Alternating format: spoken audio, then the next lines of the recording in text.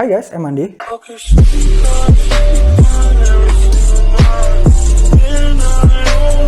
Hai guys, terima kasih buat kalian yang udah mampir ke channel aku. Channel ini berisi tentang informasi kesehatan, tips dan trik, dan juga cerita-cerita kesehatan lainnya. Dan apabila kalian tertarik, kalian bisa subscribe channel ini dan tekan tombol lonceng notifikasinya agar kalian tahu terus kapan video terbaru diupload tiap minggunya. Jadi kalian tidak ketinggalan informasi nih seputar channel ini, oke? Dan pada video kali ini aku dedikasikan atau aku peruntukkan kepada orang-orang yang susah move on nih.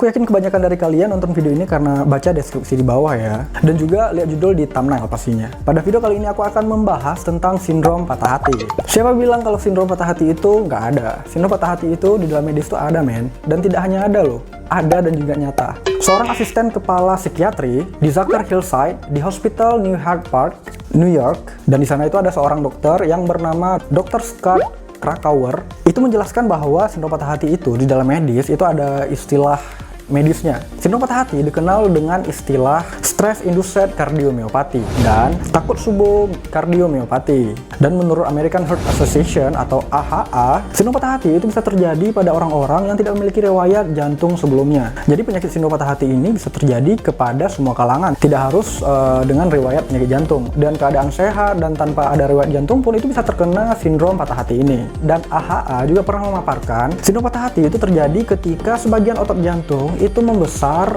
dan tidak dapat memompa dengan baik. Akan tetapi, sebagian besar otot jantung lainnya itu masih bekerja dengan normal ya, masih seperti biasa kayak gitu. Hanya sebagian kecil saja yang mengalami pembesaran otot jantung. Pembesaran otot jantung meskipun hanya sebagian kecil yang membesar, itu akan membuat detak jantung itu tidak beraturan. Dan bahkan pada keadaan tertentu, itu bisa membuat jantung lemah dalam memompa darah ke seluruh tubuh. Dan apabila jantung tidak berhasil memompa darah ke seluruh tubuh, itu dapat menyebabkan kematian sel, dan yang paling parah itu dapat menyebabkan jaringan-jaringan kekurangan oksigen yang nantinya atau yang paling parah bisa menyebabkan kematian. Kalau dipikir-pikir itu memang sindrom patah hati ini tuh mirip dengan serangan jantung. Bedanya itu serangan jantung itu kita pelajari di bagian ilmu tentang jantung. Sedangkan sindrom patah hati itu lebih berfokus dari sisi psikologisnya, dari sisi psikiatrinya. Dan tidak hanya itu loh. Kalau dipikir-pikir sindrom patah hati dan serangan jantung itu sama ya. Hanya saja berbedanya kalau serangan jantung itu dipelajari di ilmu tentang jantung. Kalau sindrom patah hati itu kita pelajari di ilmu psikiatri atau secara psikologis kayak gitu, yang dikenal dengan induced cardiomyopathy dan juga Takotsubo cardiomyopathy. Dan tidak hanya itu, men, bahkan gejalanya itu sama loh.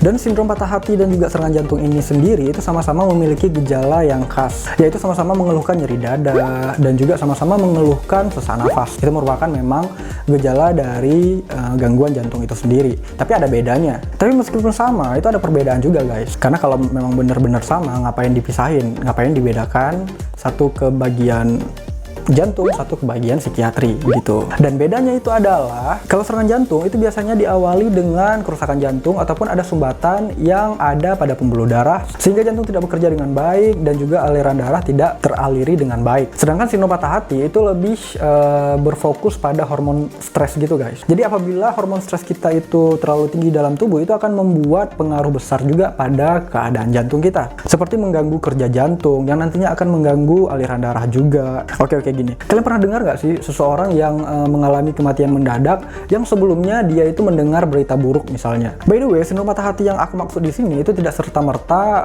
berhubungan dengan percintaan gitu ya, guys, ditinggal pasangan atau diselingkuhin. Tidak hanya dengan itu, oke? Dan sindrom patah hati yang dimaksud di sini itu merupakan semua dari kabar buruk, guys, yang membuat benar-benar hormon stres kita itu dalam tubuh kita itu benar-benar memuncak secara drastis gitu dalam waktu yang cepat. Tidak hanya kabar buruk diputusin pacar, diselingkuhin, juga kabar buruk lainnya seperti misalnya seorang presidir perusahaan yang mengalami kebangkrutan ataupun berita buruk tentang kematian seseorang yang sangat dia cintai dan hal sebagainya. Pokoknya yang mirip-mirip seperti itu, yang memang benar-benar membuat tingkat stres di diri dia itu memuncak gitu, guys, gitu.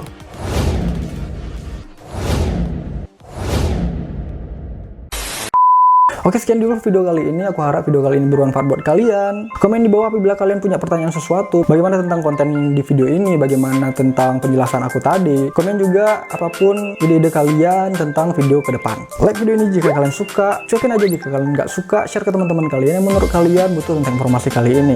Subscribe channel ini dan tekan tombol lonceng notifikasinya agar kalian tahu terus kapan video terbaru di-upload tiap minggunya. Follow aku juga di Instagram @adisetiawan karena aku juga cukup sering men-share beberapa informasi di sana juga. Oke, sekian dan terima kasih. See you in the next video. Bye.